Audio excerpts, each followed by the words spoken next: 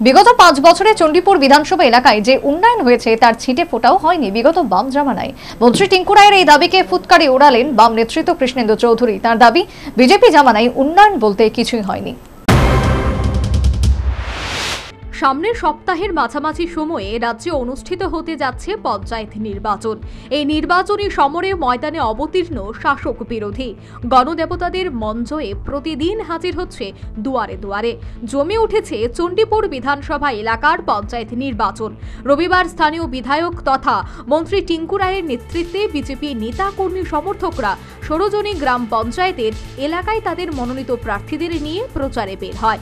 বাড়ি বাড়ি প্রচারে বেরিয়ে মন্ত্রী টিঙ্কু রায় বিজেপি মনোনীত প্রার্থীদের আসন্ন পঞ্চায়েত নির্বাচনে বিজয়ী করার আপিল জানান ভোটারদের নিকট।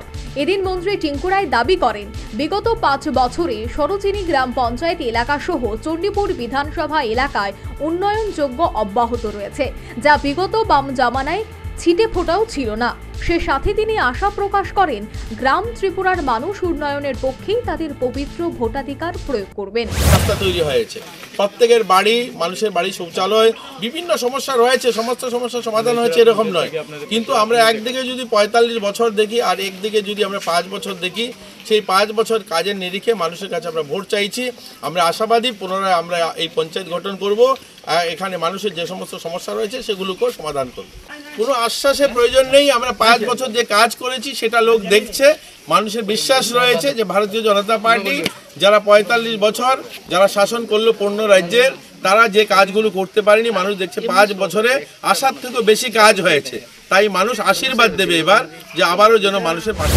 তবে মন্ত্রী টিঙ্কু রায়ের উন্নয়ন যোগের এই দাবিকে ফুৎকারে উড়িয়ে দিলেন বাম নেতৃত্ব কৃষ্ণেন্দু চৌধুরী।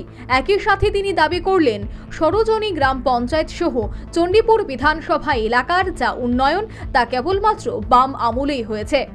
নিজে বললেন 5 বছরে 25 বছরে কিছুই হয়নি, যা হয়েছে 5 বছরে। আমার বক্তব্য হচ্ছে ওনার কাছে যে বিগত 5 বছরে সরোজনী গ্রাম পঞ্চায়েত, নট অনলি সরোজনী, চণ্ডীপুর বিধানসভা এলাকার যতগুলো পঞ্চায়েতই আছে বলুক যে আমরা এই একটা কাজ আমরা করেছি। যে সরোজনী গ্রাম পঞ্চায়েতের কথা বলি, এই সরোজনী গ্রাম পঞ্চায়েতে আমরা নতুন প্রাইমারি স্কুল, তারপর এখানে প্রাইমারি হেলথ সেন্টার পিএইচসি আমরা করেছি, অঙ্গনওয়াড়ি স্কুল করেছি, বিভিন্ন কমিউনিটি ফিশারি আমরা করেছি। কিন্তু আমাদের চোখে তো উন্নয়ন, উনি যে বলেছেন উনি বলুক যে আমরা এই কাজটা করেছি, আমরা তো বলতে পারবো আমরা।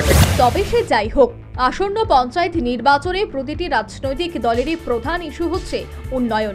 এ বিষয়ে শাসক দল বিজেপির দাবি, বিগত 5 বছরে তাদের নেতৃত্বে গ্রাম ত্রিপুরা সমূহ উন্নয়ন হয়েছে।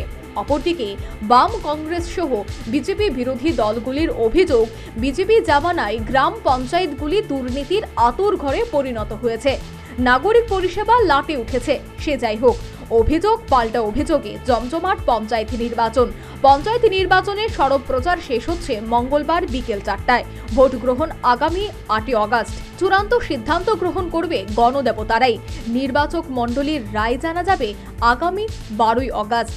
Bureau report, news vanguard.